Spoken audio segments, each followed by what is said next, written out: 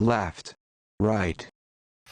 As a voracious recycler, very passionate person when it comes to recycling and taking care of the earth, I recently learned that the turtles don't give so much a shit about our straws as they do fishing nets, which supposedly makes a little more sense. But we're talking about recycling tonight, and we diverge into alternate topics quite a bit as well. But you should still recycle. I still feel very passionately about that, and let me know at the end of this episode what you think. I'll see you on the other end. This is SipTalk. Grab a drink and enjoy. Of course, let's go.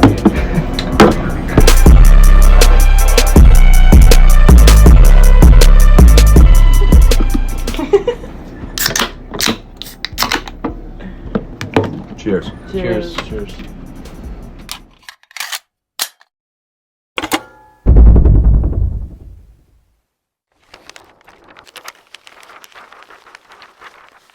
All right, guys, we are live across all platforms. This is going to be an exciting episode tonight because it's our late episode. I'm going to try to consume as much scotch as possible just to kick things off, get the ball rolling here.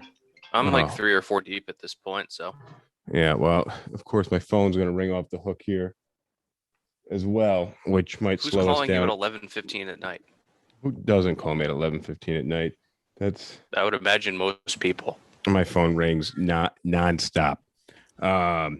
Just came from a nice dinner, steakhouse. I made a mistake of bringing some leftovers from last night's dinner for lunch today and eating them all in one sitting, which is about 2.5 pounds of ground beef and just meat off the bone.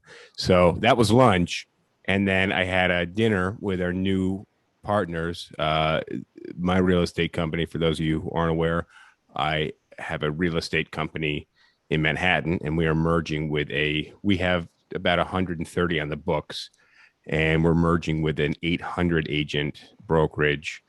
So that's going to be very exciting.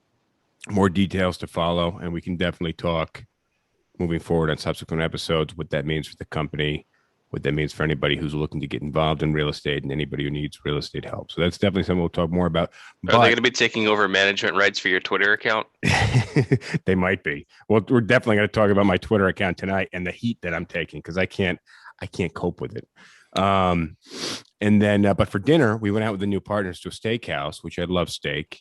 And there was a tower of seafood, all these appetizers, and then obviously steak on steak on steak. There was probably steak for 12 people, and there were 7 of us. Sounds like the stakes couldn't have been higher. Yeah, the stakes were stacked. But in the meantime, I am very much ready. It was a business dinner, and as always with new partners, you try not to drink too much at dinner. So obviously, it was very well behaved. And as a reward for our late podcast, we'll be drinking some scotch. I think that's the smart way to go. If you guys are watching us live, thank you for joining. Don't forget you can catch our audio and video podcast on Spotify or Apple Podcasts or YouTube, respectively. So, guys, let's just start right off the bat with the heat that I'm taking on Twitter. Obviously, have I prepped you guys a little bit on the Twitter heat? Yes. I haven't seen the image, but I read the text string. So the image. I want to know how you fucked up though, because all I've heard is your version of this. Well, and if anything, if I've learned anything about your stories, when this is informed of high school of you and a certain friend of ours, when there was a conflict between the two of you, I'd hear his story and then I'd hear your story, and it was like 2 separate incidents happened that didn't really converge in any way. Only in the end result. They got there. Yeah. Do me a favor, because I literally just ran in. I got to address something in the other room. I promise I'll be right back in 30 seconds. I actually got home and was informed. So they just installed carpeting today. So literally the entire house is torn apart. I was informed that we didn't have Wi-Fi, which only led to the additional slight delay. Naturally, carpeting interferes with it. Well, when the carpeting goes down, everything that's on the floor comes off the floor and out of the room and usually gets disassembled. So if there's wires that are involved for electronic items, I don't know. But if you want to recount a good high school story about some embellishment details, feel free. I'll be back in literally 30 seconds. Hang on the air for me here. I mean, we've already told the story. Or keep it interesting. I want to talk about aliens in just a minute. So I don't know if you heard. Because that really is on topic. Well, hang tight. I'll be right back. I promise you. Someone asked me what the podcast is going to be about tonight. So we've got Twitter trolls, beef, and aliens. And an important business decision, and apparently also high school stories, and Justin's inability to tell the complete truth.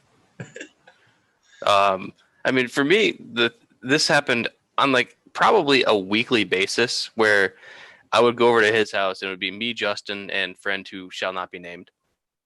And Justin would kind of goad him into some kind of a fight or whatever. Not like a true brawl, but like, and the way that Justin's house was set up was that like you had the kitchen, you had a dividing wall, and you had two entrances. So what Justin would do is like he'd hit him with a pillow and then run one way, and then like he would chase him, and then Justin would just like come around the other side, and then it's like that figure 8 thing where like you go left, I go right, and Justin was faster than him, and eventually other person would just get tired of chasing him around, like going back and forth in the kitchen, kind of like the Mexican sombrero dance.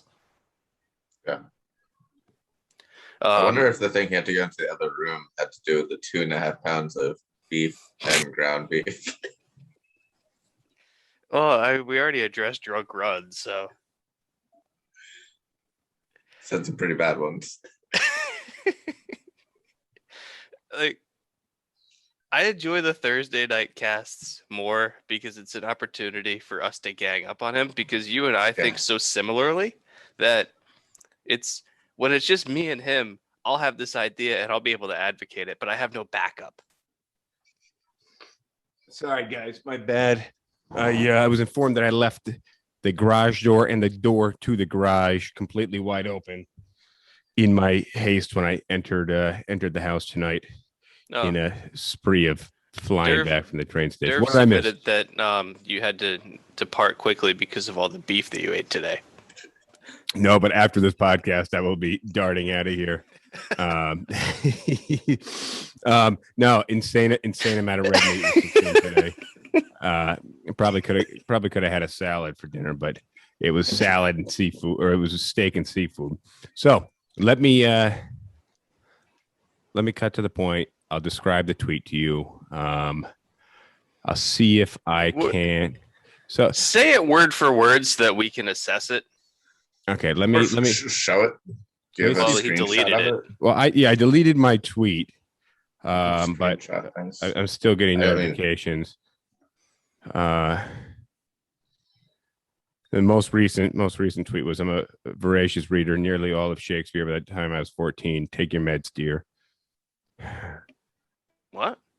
Somebody saying I'm a voracious reader. I read all of Shakespeare by the time I was 14. Take your meds. Talking to me. They said you need to take your meds? Yeah. Even though my tweet's gone. So, but I think they're replying to a reply. One of my replies, 14 replies before. So here's the headline. Boy found dead in Dallas Street. Boy found dead in Dallas Street. Kidnapped while he slept, mom says. And there's a picture of a boy, and it looks like a pretty clean-cut guy. And then to the right of him is a younger boy with a shadow across his face who's not really looking at the camera. One boy looks to me like he's 14, the one on the left. The one on the right looks like he's 5. So apparently most people saw this and said, oh, the black kid on the left kidnapped the white boy on the right. When I read the headline, I assumed that the guy that was kidnapped was the kid on the left, who's black. But my comment was something along the lines of, this headline could have been more descriptive. You had to use race as a context clue to fill in the blanks. And I thought the headline could have been a better headline, something along those lines. And then all these headlines say, well, the 4-year-old didn't kidnap the teenager. And I'm like, yeah, but you have to use race as a context clue to race and age. Well, But you don't have to use race. I thought you did, and to me, it didn't. The kid on the left didn't look All right, like so that's mistake one. a kidnapping type. I shouldn't have said anything. I should have just let it go. Shouldn't get involved with this stuff. And obviously, Twitter is for people who enjoy wildly critiquing other people. After that message, I spent some time looking at just the nature of the comments. Wasn't that your first tweet? Criticizing my tweet someone was else? Criticism. Yeah, my tweet was criticism. So, all right, I should have stayed. I should have stayed uninvolved. We're at mistake one. At two, you're on Twitter. That's all right. Two. I'm not a big Twitter user. I'm not a big Twitter user. I just thought it was. See what happens when you use it. All right. So mistake two was engaging with the mob. Yes, and I mean there have been hundreds of. Right now I was an early message on there, and there's 751 replies to that. All right. And mistake three. Yeah. After engaging with the mob, deleting the tweet. Well, here's what happened. I was prepared to defend myself. In my mind, I was in the right. I wasn't vastly right. All right. I was on the right side of the, I shouldn't have said anything. That was the wrong part. But what I said, I didn't feel was wrong. So it was defendable. The issue was, it was a battle that I was willing to walk away from, taking the loss, even though in my mind, I had to win. And there's sometimes things you just got to walk away from, but I wasn't going to let the argument perpetuate in my absence, which I deleted the tweet. But that's still, so deleting the tweet was mistake three. Because that provided vindication to your critics. Yes, you are correct. And point was, there was about a day and a half or so in the beginning of the week where it's probably like Monday. We talked about it on Tuesday, where I don't usually see any notifications on Twitter, but there was just dozens and dozens of them on a pretty regular basis. So, Raj is saying that we should put an image up somewhere so that way people can see what you were referring to. Well, I could throw it. Right. I could throw it on the on TikTok. I'll throw it on TikTok. Let me see if I can do a quick shared screen with you guys, and I will get it on the shared screen. Hang tight. Let's see. How do you do shared screen? Right. Mm-hmm. Sorry, I'm newer to this. Here we go. All right. Shared screen. Hang tight, guys. You're going to see the image.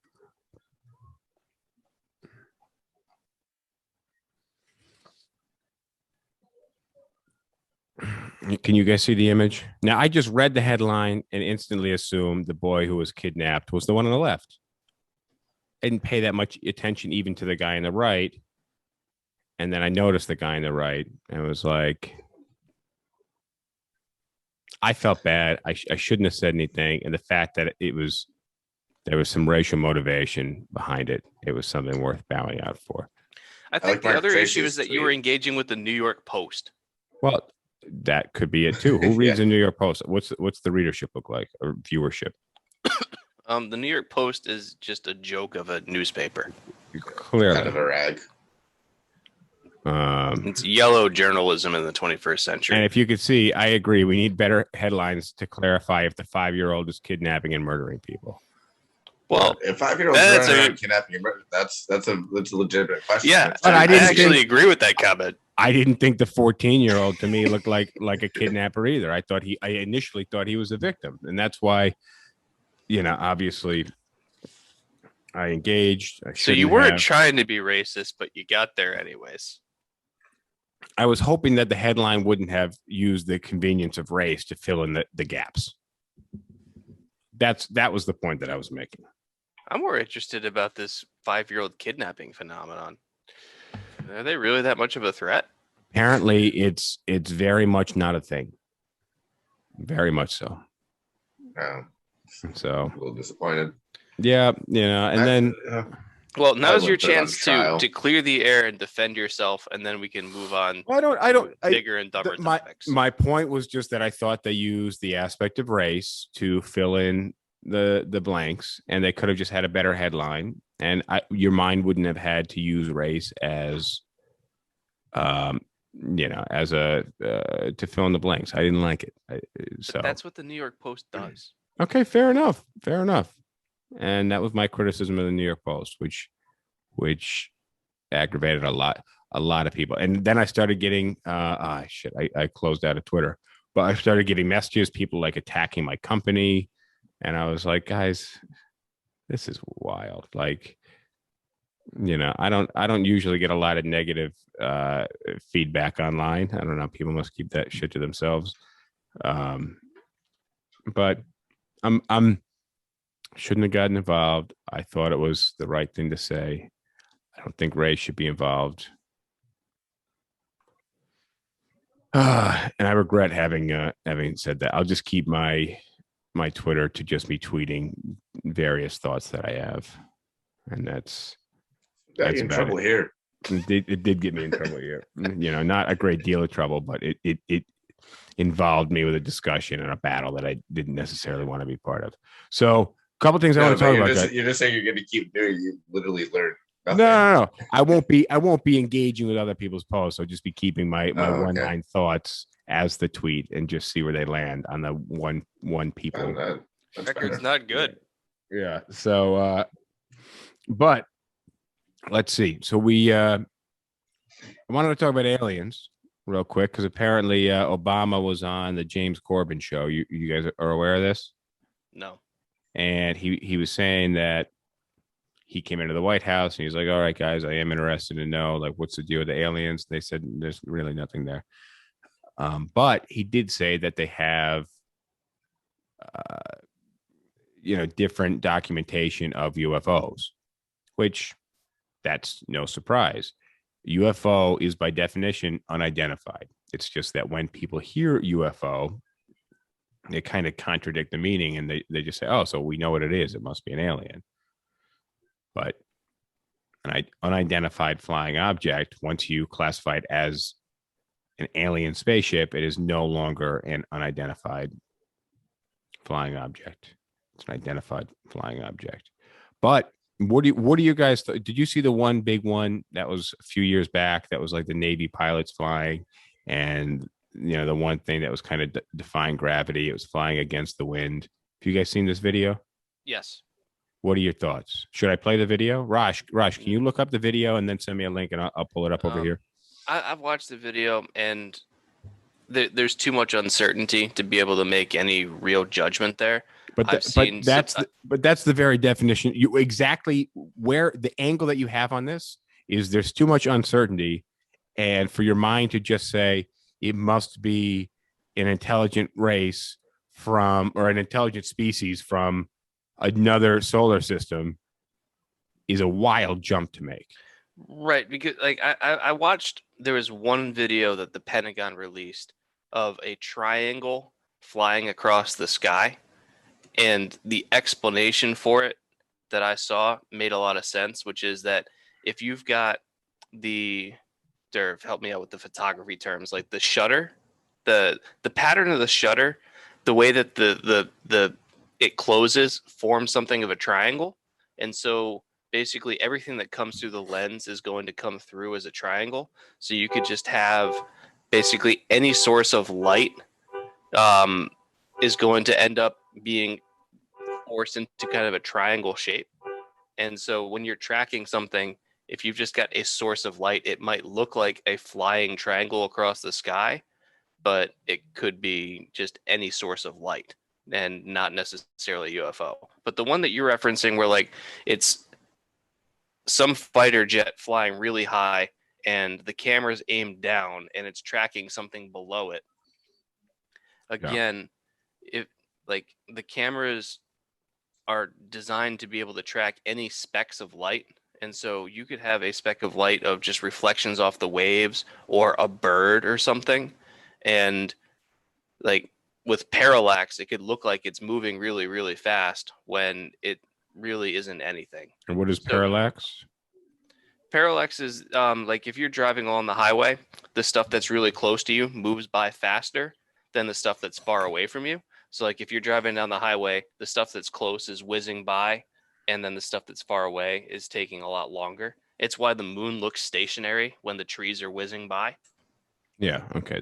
That's well defined. So Rosh just sent a link. Let me see if this link works and if it opens up. And I'm not saying that there's nothing there, but I'm saying that just because we don't have an explanation doesn't mean that the explanation is aliens. Well, that's a very far-fetched explanation.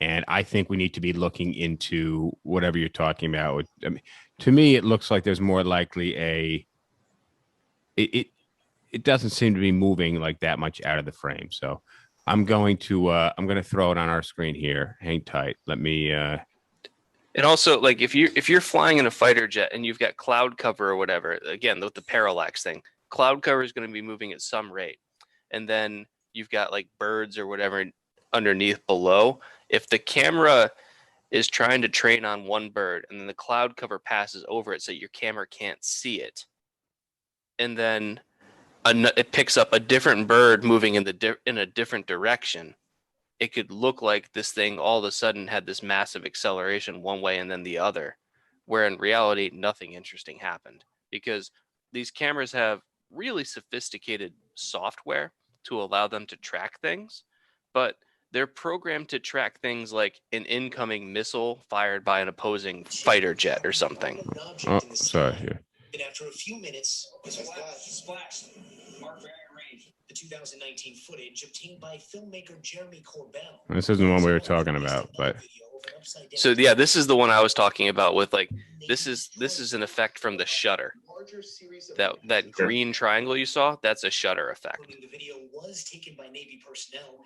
The images are being reviewed by a government task force set to brief Congress next month on what they call unidentified aerial phenomena. This week in 60 minutes. This is the one I was talking about. Who reported seeing unidentified flying objects every day. This one here. Every day for at least a couple of years.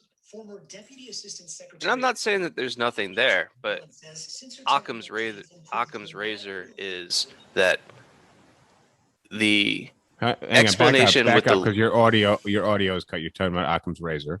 Occam's razor dictates that the explanation that requires the fewest leaps of logic is most likely to be true. But for some people, they'd say, "Oh, then obviously it's aliens," because that's very simple logic. Well, but no, what you're saying is that's an incredible leap. But you have to understand how people are perceiving their own thought, that it must be aliens. What we're saying is that the leap to aliens involves an incredible bound to, the likeliness that they exist, that they're coming here, and that we happen to catch them on camera, but nobody else has really seen them. Right, exactly. Like from here to aliens, sure, but yeah, we're missing a whole bunch of leaps of logic in the middle. Thank you. The simplest is it's a speck on the camera lens or something along those lines. And this one is the last one that was on there, the one that I said that was the one I was talking about. That was an infrared camera. So, it's possible it's picking up, there's some other heat source somewhere. There's tons of potential explanations, and just because we don't know doesn't mean it's aliens. I think the best argument against aliens having visited us is that we're still here. Because if the aliens can come and visit us, look at us, they'd be like, "Oh, this would be pretty easy. They got a lot of that nice water. I'll take some of that." Yeah, but James and I did a couple of episodes about aliens, or at least one pretty solid full episode about aliens. After I cooked an octopus, which to me was the most alien thing I've ever really been hands-on with. But I've been thinking a lot about aliens lately because of allergies that I've been having, which is my body's immune response to allergens in the air. And imagine, have we talked about War of the Worlds before? Please don't be about the Tom Cruise movie. No, I was talking about a story in general. The Tom Cruise movie is a version of War of the Worlds. But War of the Worlds is a book about aliens invading, and the story was read aloud on the radio many decades 1937. ago. Yeah, so in 1937, they're reading the story on the radio, and the people listening to the radio are thinking, they don't realize it's a story. They actually think it's news reporting. 1938. Fuck. 1938. They actually think it's news Yeah, reporting. I don't think that actually was the case though. There was a case though in South America. Like that was kind of like a press story in 38. Something maybe the 60s or 70s though in South America they did that, and the people got really, they didn't really like the joke. They didn't find it as funny as the radio station did, so that they stormed it and killed the two radio hosts. Yep, Got out South of hand America quickly. America plays by different rules. They really do. So does the rest of the world, actually. Well, there's the soccer game where a player assaulted the referee. The referee ended up stabbing the player. Then the referee got beheaded by the fans. Yeah, it's good old Brazil. Yeah, and if you say a curse word, no, it was 100% Brazil. Okay. If you say a curse word to a referee, they'll kick you out of the game here. So, depends on what curse word and in what context.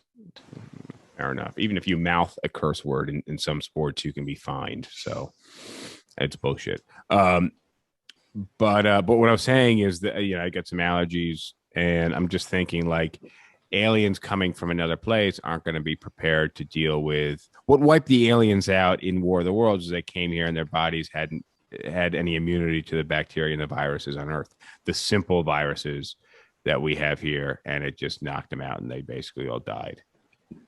So makes me think of a version of the Fermi paradox. I really like this one, so there are two possibilities for the universe. The first is that we are the only intelligent life in the entire of the universe, and we are here alone. The second is that there are multiple intelligent lives in the universe, and they have yet to contact us yet. Both are equally terrifying. I definitely like that, and I completely agree with that. The fact that we would be the only life form, just by the odds, is very scary. And then the fact that there's multiple is just wild. Like what that could mean for humanity, and what it could mean for the universe. It's absolutely insane. I think if I was high, I'd probably be really, really scared. I don't know. No, keep drinking. No, I won't get scared if I keep drinking. I might fall asleep. I might order some steak. Get things moving. I could use a salad to get things moving. Really, I don't think the steak's gonna work for that. Steak and eggs. Steak and eggs. Yeah, that'll help. All right, maybe I'll have some green eggs And a black coffee. Maybe I'll have some green eggs and ham for breakfast. So I want to talk about aliens in that respect. Raj says no comments yet in chat. Well, look, we got a late start here. I'm down for the late live sessions because 11 o'clock is too late, man. Well, not by David's standards. That's great. It's a lot better for me. Yeah, but his standards are lower. A lot. They're also lefter. So look, the other thing I want to talk about aliens a little bit. I wanted to fill a little more in the business stuff. But we'll get there. Because that's what the viewers want to hear. I want to talk about recycling. I want to talk about recycling. All right. I just every day I get a coffee or two from Starbucks, and give me a big plastic cup. Try to get the biggest coffee they got. To minimize the runs to Starbucks. Minimize the runs. But they and Starbucks has transitioned to the sippy cup lid. So you don't need a straw. There's no hole in the lid to even put a straw, except there's a little mouth hole if you could squeeze a straw through there. But they're working to eliminate straws. So supposedly in New York City, it's illegal to dispense straws. Well, if you had that Honeywell straw. Exactly. So they want to have these reusable straws. But every time I get a Starbucks coffee, they give me a straw with it. And I just say, oh, no, thanks. I just take the cup. And then I'm pretty sure they don't put the straw back where the rest of the straws are. I'm pretty sure they just throw the straw away. Because it's like now it's been removed from its straw family. It's now an outcast. And if you were to put it back in there, somebody else would question the integrity of the cleanliness of the remaining straws. So I'm pretty sure they just throw it away, which makes me feel really bad because I'm turning the straw down, one, because I'm not going to use it, but two, because I'm not going to use it because I don't need it. It's not good for the environment also. And you're not allowed to bring in your own sippy cup. So a couple weeks ago, Yahtzee shaker. I brought my metal coffee cup to Starbucks, and I said, "Is there any way you can fill this up?" And she said, "Oh, that was something we used to do a long time ago. We can't do it anymore." Back in before 4 time. But what I can do is I can still give you the old discount. I can give you the good-hearted, good Samaritan recycling discount, which is like 30 cents off or something. And what I'll do is I'll fill up your coffee cup and then you can pour it in there. But now we still created trash. But now you still trash. So And actually, it's actually worse overall because you're going to have to use water, a resource, to clean your metal cup. So you're using more resources by doing it that way. You're cutting nothing out. So Cammy Cakes just asked, what's the topic tonight? We're talking about racism, recycling, and aliens. It's not funny stuff. Not the illegal aliens either.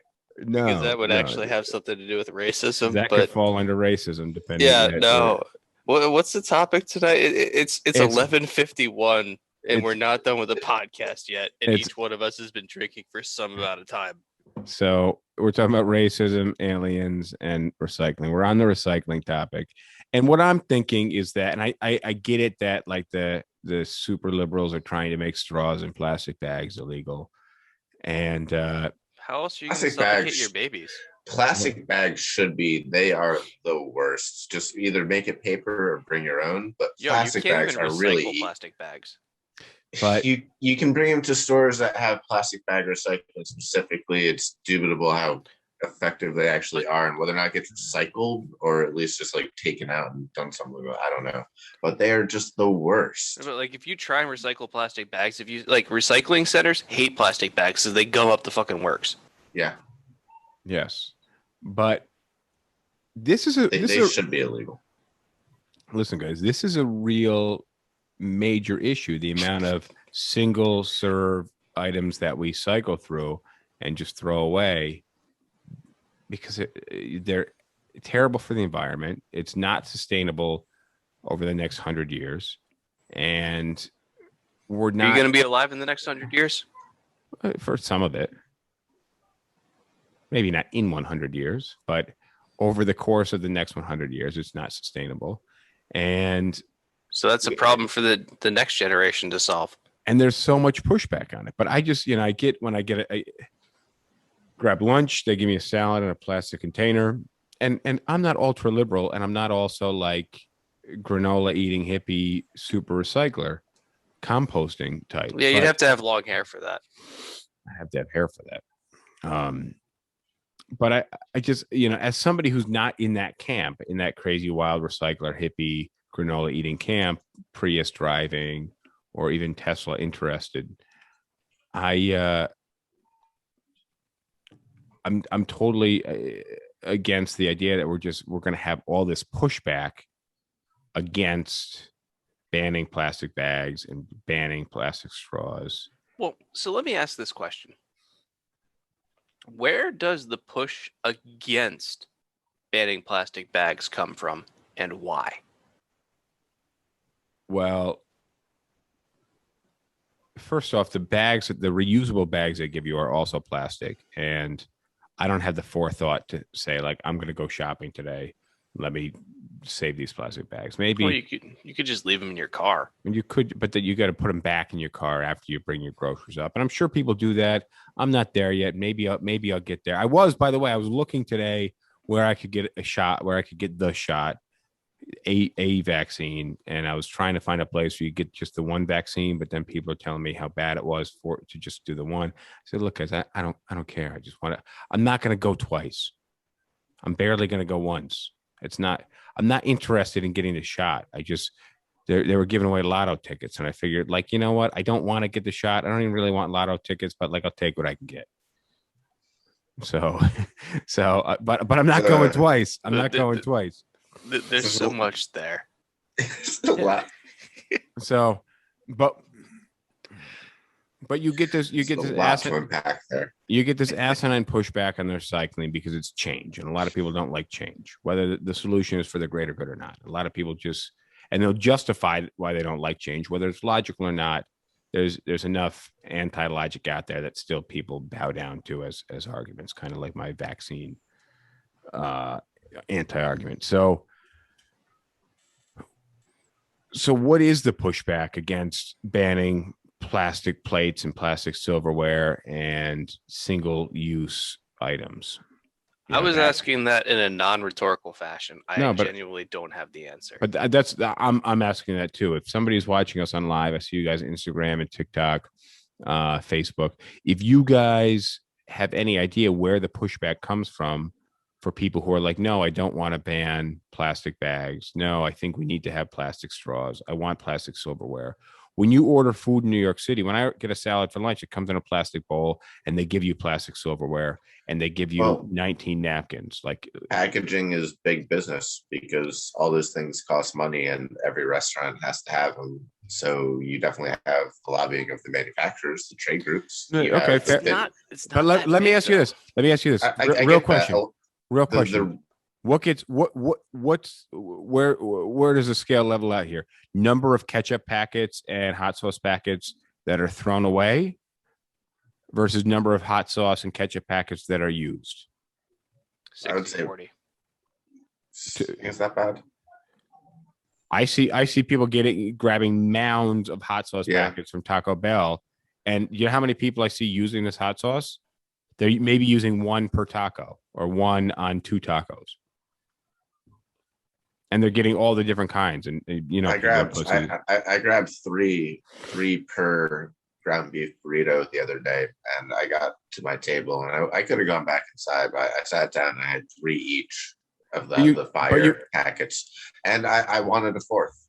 But you know what? You can't if you don't use them, you can't put them back, because when you put it back in that container of other hot sauce packets, now everyone is questioning the integrity of the cleanliness of the entire lot. Packets. It's like dealing with birds, though. Once they smell human on them, they don't allow them back in. Somebody told me that was a myth. This week. It is. Yeah, well, they're correct. Okay, well, get correct. You also, back to circling way back here to the pushback against plastic bag bans, is sometimes you just have conservatives that knee-jerk reaction. This is proposed by environmentalists. No, we're not going to let them do that. Well, I actually think that's maybe the leading source of it. Like, somebody I don't like is proposing something. Fuck them. Whether it makes sense or not. If it's going to drive cost by, 0.25%, that's unacceptable.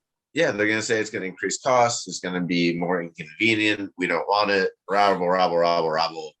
And they just choose to ignore the fact that plastic bags are just forming so much sea garbage. They break down in the ocean, and that's a big source of microplastics. But I also think, But I also think the science behind it is so convoluted. I think it's a lot like the health industry, where they're like, don't eat eggs for breakfast because there's cholesterol. Have granola. What science is convoluted? Because that's on plastic. Hey, hear me out. Don't eat eggs for breakfast because there's cholesterol in eggs, and cholesterol leads to heart disease. What you should have is granola, and drizzle a little bit of honey on it, because granola is pure sugar crystallized oatmeal, and then pouring additional sugar on it is much healthier than. But also the carbs are bad for you, so minimize that.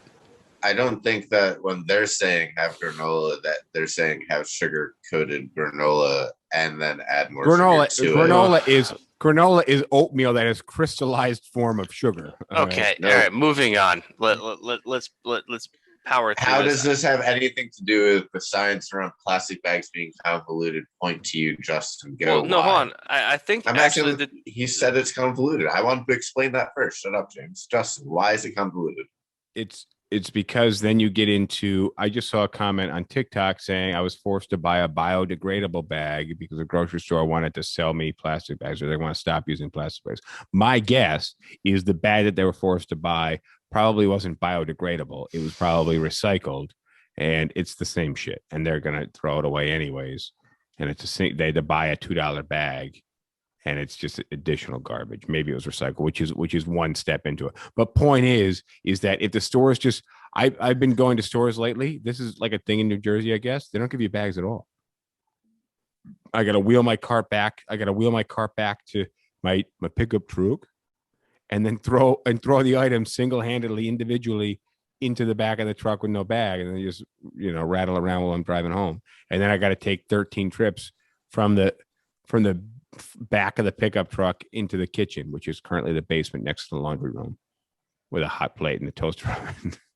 But that's another story. But my point is they've gotten rid of the plastic bags altogether, which I think is a much better solution. If you want stuff bagged, you just bring your bag, and the store is going to deal with it. And these are, that's like Costco and some other places that are ahead of the curve there.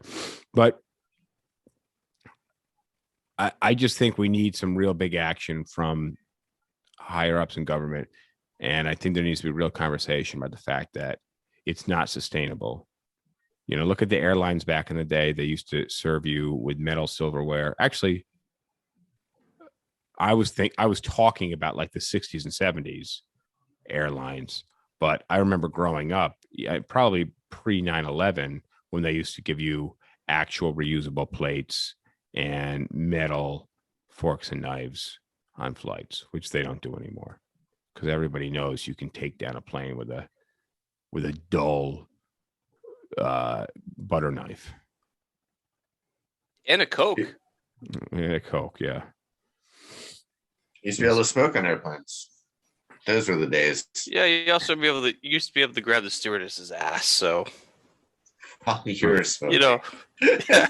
So like one step forward, two steps back. For the record, this is not an endorsement of the behavior. But I think I definitely think there's going to be some bigger studies on microplastics, and that's going to be really detrimental to the environment. Well, there's two things here. One, I want to revisit. So the two of you both address this point equally, which is that it's just a reactionary thing of someone who I don't like is suggesting this, therefore I'm opposed to it. And I think you can look at in, I don't know, 2019 or 2020, when a number of states started implementing like plastic straw bans and had paper straws instead. And then the Trump campaign. Go ahead. The Trump campaign started selling plastic straws on its website, emblazoned with like the Trump "Make America Great Again" whatever, and they were selling like 10 straws for $10 or something, and people were buying them. And it wasn't anything more than just opposition for the sake thereof. Yes, which was profitable, which is definitely a Trump move.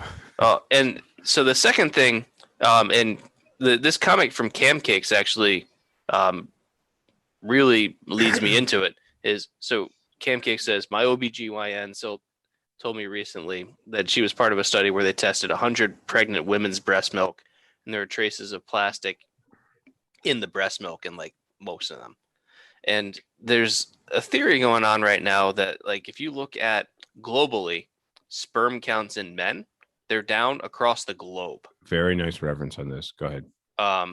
And one of the theories is that microplastics, a very, very prevalent theory, the leading theory, I think. Right yeah, now is that microplastics become bioactive and have a negative effect on men's ability to produce viable sperm. And if it weren't for the fact that we were ingesting all this plastic, then sperm counts would be higher. David, I think we talked about this before, right? When we referenced the movie Children of Men, right? We did. Yeah. So, but that's something that's definitely threatening humanity. I mean, I'm all for population reduction, but sure, I think as we continue to live longer, and once we induce our VR selves into the matrix, then we're going to have some real We also talked about human enhancement, which will prolong lives. the equitable distribution of that. So there's a lot of questions that go into what happens, because we've gone from 3 billion to 7 billion in 100 years. Yeah, and how I feel long like did it take us? less, How long did it take us to go to 3 billion? a lot longer. Yeah. So, but I think the plastics could have. I don't know. I think if it's reducing sperm count, whatever that's doing, whether it's a testosterone issue, it could also be affecting the pussification of people. I feel like there may be some contributing factor to just everybody being pussies now. That's a false association.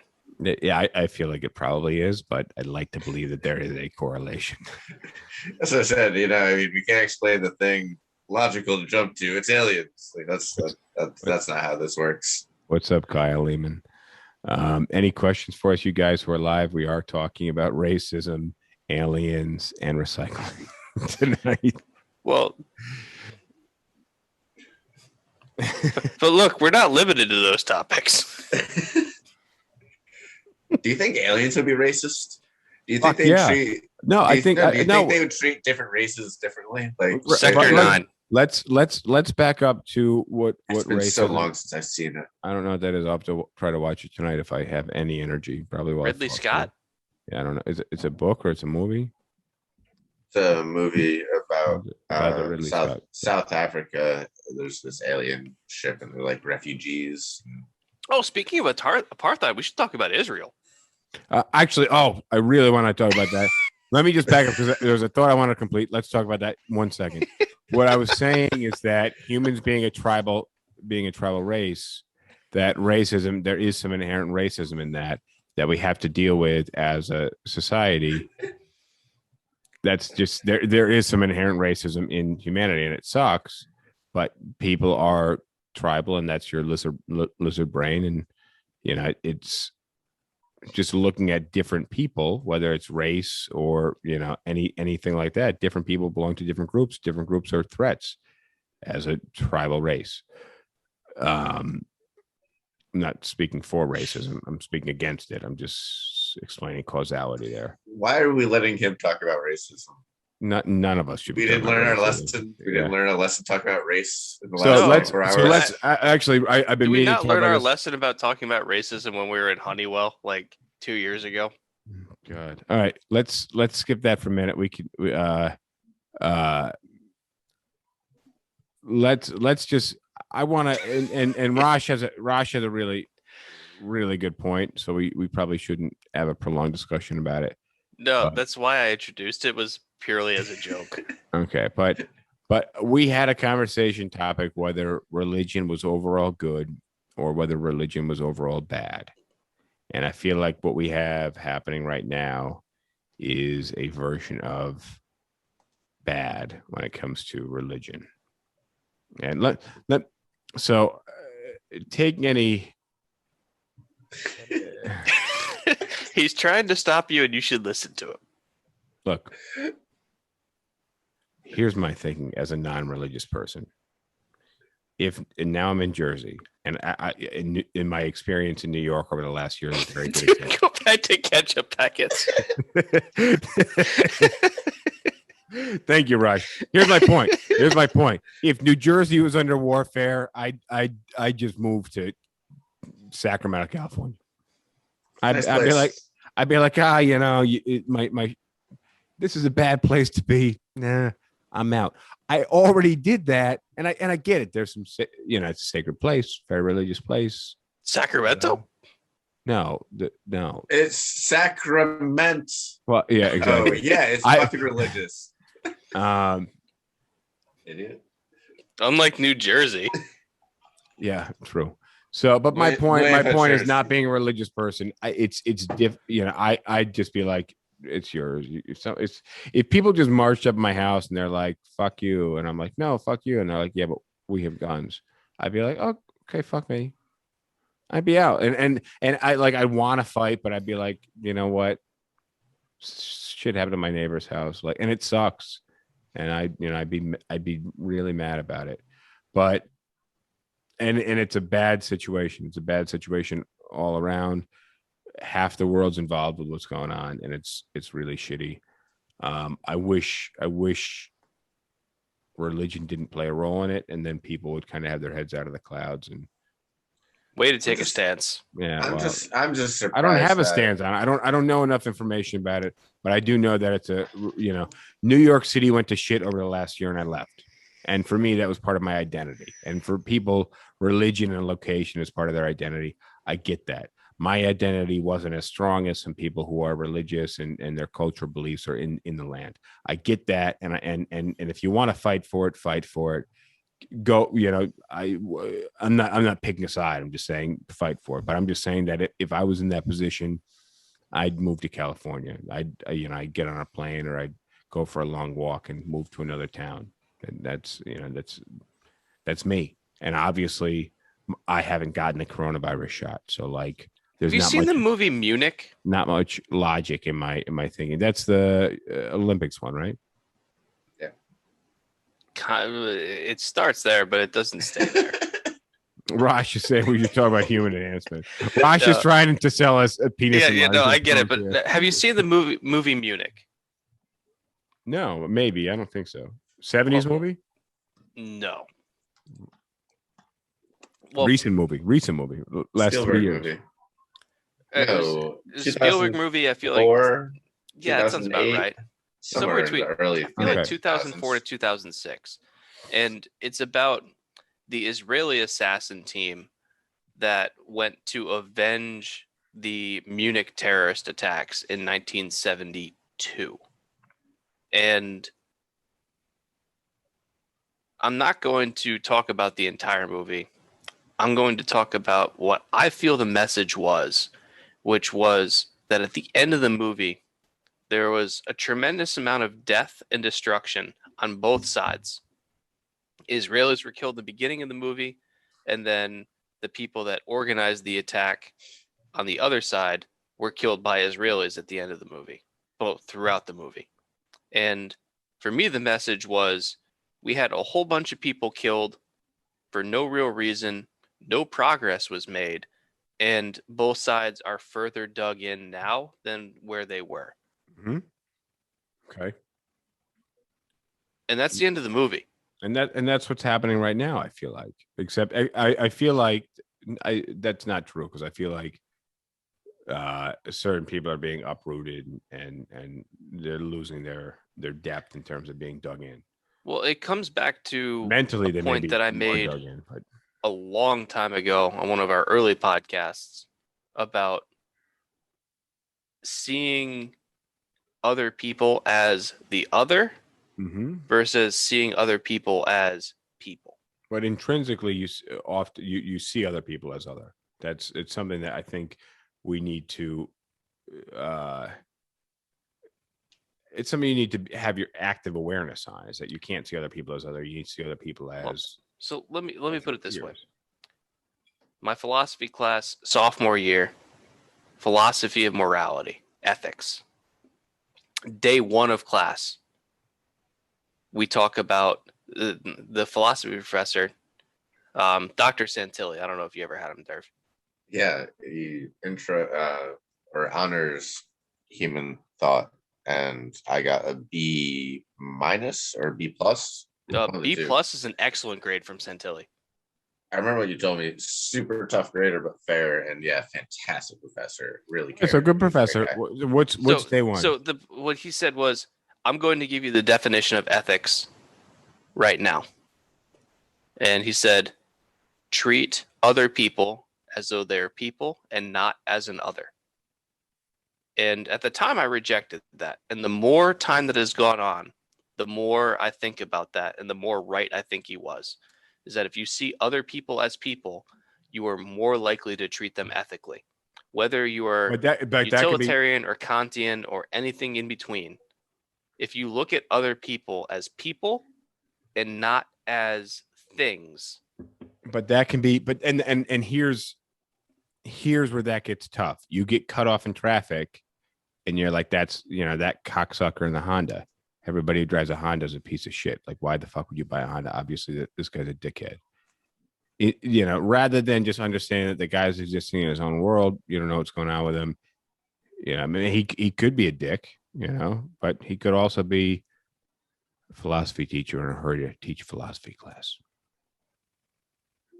So what am I missing there, guys?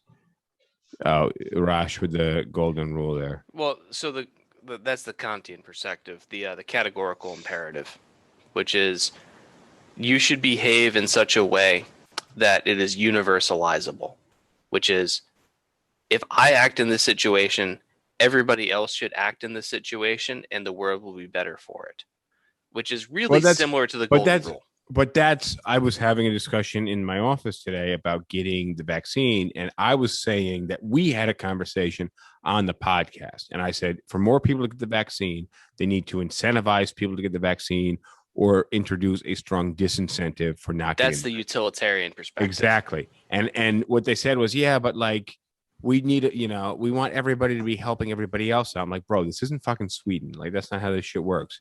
This is New York City. And it's. I'll be back in 30 seconds. Go take a pee.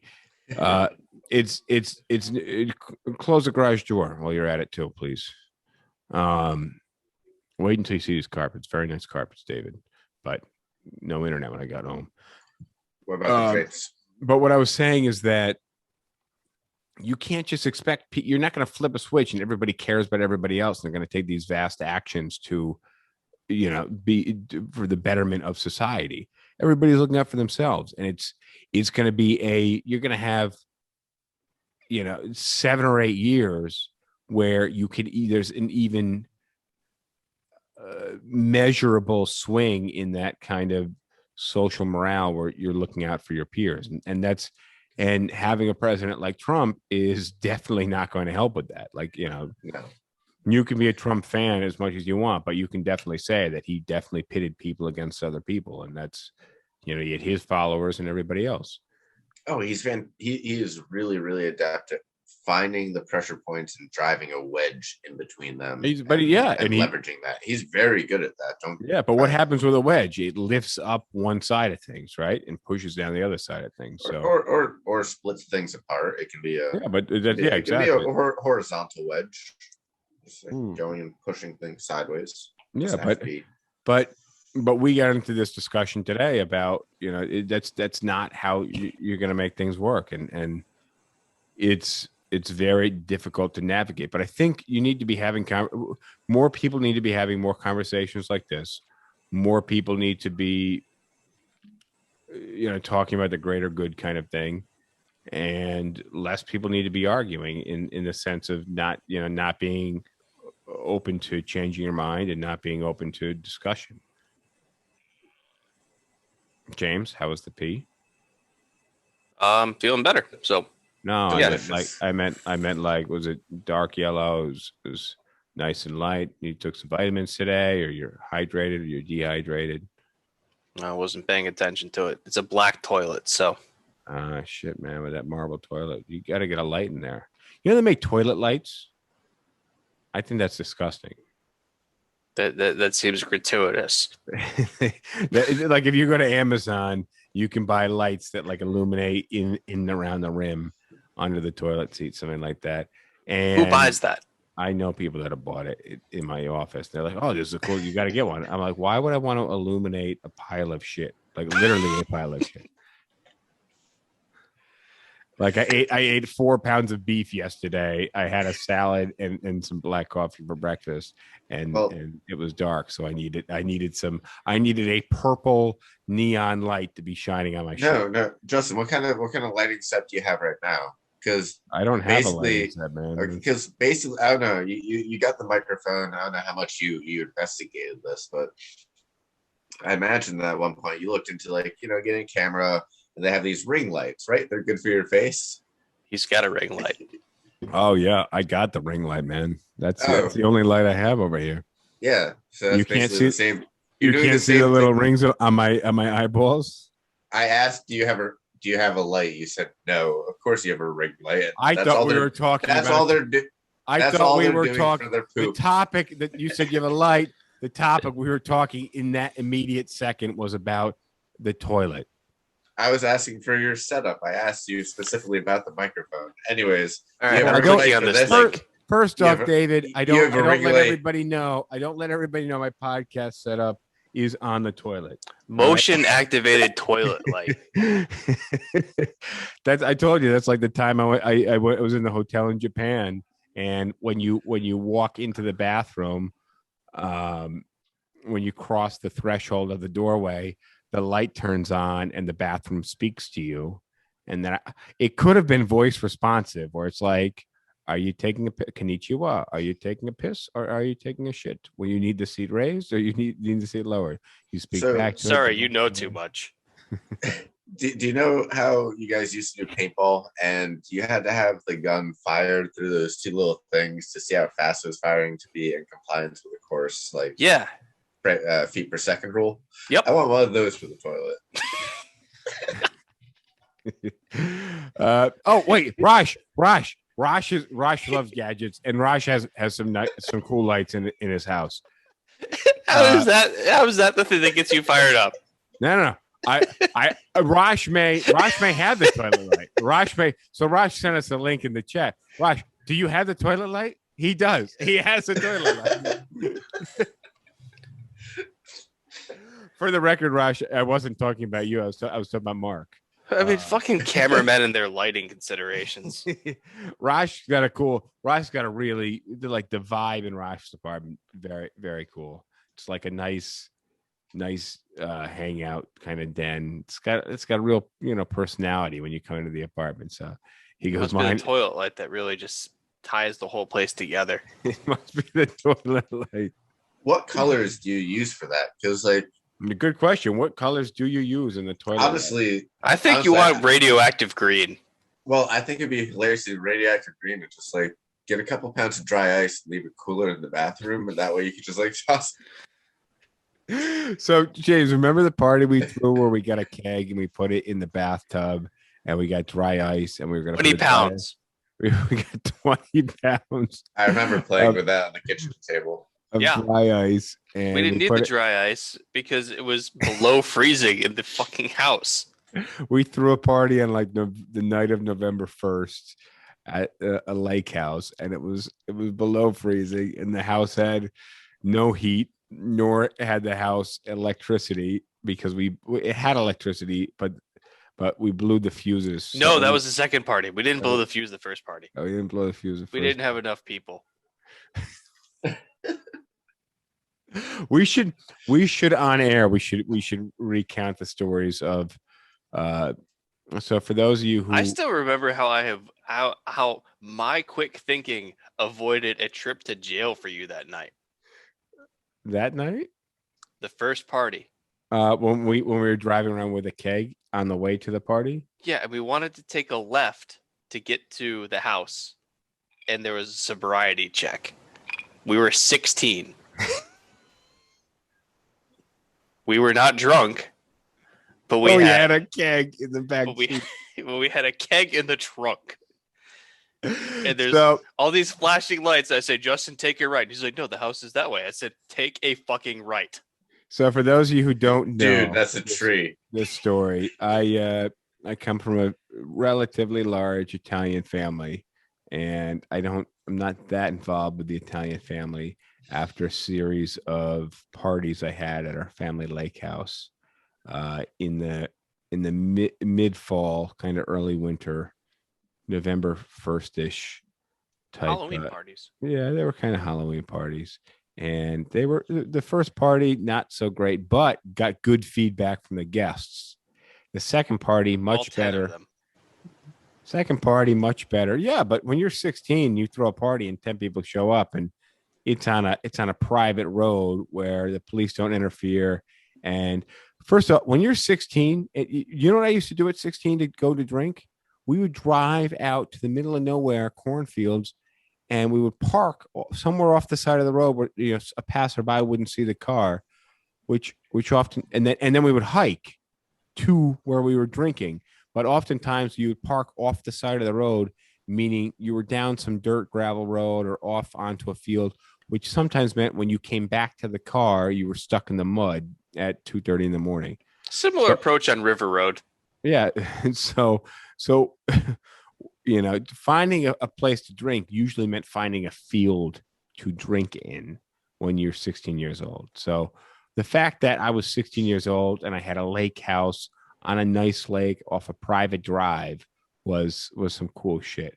So whether there's 10, 12 people there the first year, the second year, It's like 80. the second year, I'm not exaggerating either. no, there was a lot of people. It was very drunk, bunch of 17 year olds, 16, 17, 18-year olds. And it was You're neglecting the fact of where you were the morning that the party wrapped up. That's why we should tell this story on air another time. But they are good. They are good stories. They're worthwhile. My favorite part of the first party was when we went to Dunkin Donuts and then McDonald's immediately afterwards. Yes, one of the hosts of the party, in name only, as in did a lot of the inviting but showed up 3.5 hours late.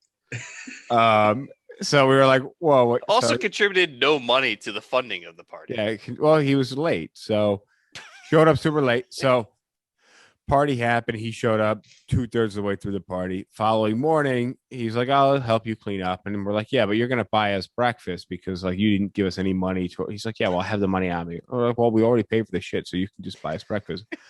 So we go to Dunkin' Donuts. We have a breakfast at Dunkin' Donuts. Now it's like, the one thing that's really important about like the trip to Dunkin' Donuts is we had been sleeping in a house with no heat in early November in New York. So we had been chilled to the bone since 11 o'clock that night before. It's now 11 o'clock in the morning the next day, and we are still frozen. So yeah, when we get to ice cold. we walk into Dunkin' Donuts, we walk into a place that has heat and running water that has warm water. Well, even the regular temperature cold water was warmer than her hands. I remember putting my hands under the faucet and like getting sensation, like that burning feeling when your hands are like starting to like frostbite. And then that hurts. Yeah, and then you just have regular temperature water. Either way, he treated us to breakfast, obviously, because he fell short when it came to delivering in the party. And then we finished breakfast. And we're like, all right, guys, what's next? And Dunkin' Donuts happened to be next door to McDonald's. So we got in the car and we're like, well, we had a late breakfast, so it's pretty much lunchtime right now. I can do lunch. I don't think the $19 you spent on breakfast really contributes to your fair share of the dues here. So I think it would be appropriate if you treated us also to lunch. So we drove, and also we were really happy with the temperature inside of these places. So we were really happy to go from an indoor place with temperature control to another indoor place for temperature control. When you're an adult and you're over 21, you can go from to a restaurant for breakfast, and when you have real money, or like you're not cut off at like $22, you're like, fuck, we get nothing else. You can go to like a bar or something for breakfast. That's nice. But we were 16 years old, so I spent $160 on that, and that was like my life savings. I will tell you something. Spending $160 at 16 years old, probably at age, I don't know how, 35 or 36, 35, it would probably be like spending 15 grand. Mm-hmm. Like legitimately a very comparable amount. So like we get out of Dunkin' Donuts and we're like, it's pretty much lunchtime, and you still haven't really contributed all that much. So you're buying us lunch too. I want to read some quick Facebook comments, and then I'm going to bring us off the air real quick. But Joe DiGiulio, part of my DiGiulio Worldwide group, thank you for watching, Joe. And thank you for contributing. Joe was here last episode, also commenting on the lives. Joe said, if you want less problems with people, have less people. There will always be some form of friction between societies because there are such diversities of the needs of society, different levels of quality of life all over the planet. So those are good points. Yeah. But he also said, we need to be good shepherds for the planet. And that's also a very good point. It's just how do you convey that to the people and make it appealing? That's the tough part. Trump. That's a completely separate episode. Yeah, it is. Yep. And that could be a full episode. I agree. In the meantime, Could be a full series. We need to talk about Jeep trips. We need to talk about camp parties, and we'll get around to being good shepherds to the planet at some point. Yeah, I would say this is a pretty solid episode. I really stayed on topic. Laser focused. No, I think we accomplished what we set out to achieve. Yeah, no, I think I got to show you guys what I got right before we get off the air because I think good. We're gonna do an unboxing too. So getting an unboxing. Yeah, I thematically we're staying faithful. No, I think you're gonna like this. This is very cool. Cool Yeah, stuff. I love it when guys on the internet tell me they have a surprise for me in a box. All right, got some Oakleys. Let's see. Oh, yeah. So I had these glasses when I was a senior. I bought them. So when I was a senior in high school and graduating, people gave me money to buy textbooks for college. I spent that money on 1:18 ratio, toy cars, sunglasses, and radar detectors. This is one of the pairs of sunglasses that I bought that have since disappeared, but I thought they were cool and I wanted to have them again. Oh, these look like they could be brand new. What is it?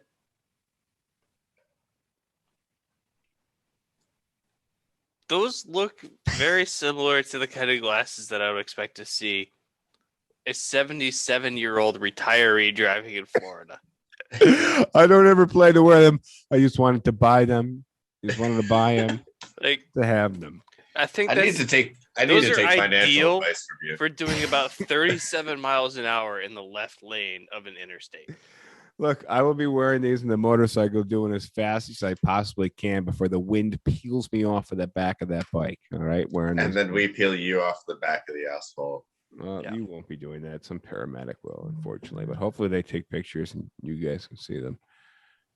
On that note, though, thank you guys for joining this episode. This is episode 104 of SipTalk. If you guys are watching us live, check us out on YouTube and subscribe on YouTube because we're working on building that subscriber count on YouTube, and it is important for us to continue this podcast. We want to be able to bring on some guests. We want to be able to expand the podcast. We want to be able to turn this into something cool, but we need that listener and viewer support. So, and I mean that regular schedule's really doing a great job. Well, I think we got a decent number of viewers, so I think the late night could be cool. It may be a little late for us with those, but candy cakes. Thank you. Also, possibly a seersucker jacket. The straight wool's not doing it for me. It needs to be a light seersucker with like neon plaid shorts. Yeah, no. If I did a little seersucker jacket and some, I would look. Being bald, I would look like I'm 78 years old. All right. Actually, also RoboCop. Well, shoes. They have to be loafers, and you can either go with no socks or socks up to your knees, but anything in between is Argyle socks. Argyle socks, yes, but also going no socks is also another really with Sperry's. Yeah, I mean, that's also like I own a car dealership. I owned. I'm 35 years old. I owned one pair of penny loafers, and that was when I was probably 7 or 8 years old, and they were bought for church. And when I found out they were penny loafers, and that some people put the penny in that little space, I put a penny in the little space, and then I took it out because I needed to spend it on something. So. Back when a penny could get you something. I don't know. When you're 7 or 8 years old, a penny is worth something. When you're 16 years old, $160 is worth the equivalent to $15,000 when you're. That was devastating financially for me. Yeah, I know. I was right there with you. All right. Hopefully, I can remember in post production to save the clip of James saying that was devastating. Yeah, we'll get it in editing. Just so you know, on on the video podcast, the last audio clip is James saying, "Oh, I love PBR. I was just priced out of it." So, The Bush Ice. on that note, though, guys, thank you for joining us in the late episode. Thank you guys on the live for joining us on live, and to all you cool cats and kittens, we'll see you next time. Stay safe. Stay safe. Oh God. All right, guys. Adios. See you. All right, my friend. So there's only so much in your control. You can stop using fishing nets, large-scale fishing nets in the ocean, which I imagine you probably don't already do, or you can try to curb your use of plastics, because that is in your control, and it's not that hard to do. So when you see legislation coming up for somebody who is trying to limit single-use plastics, vote for it, and then you got to play by those rules. It's the best you can do. That's it. That's all I had to say. See you guys next time, and thank you as always for joining. I like PBR. I just got priced out of it.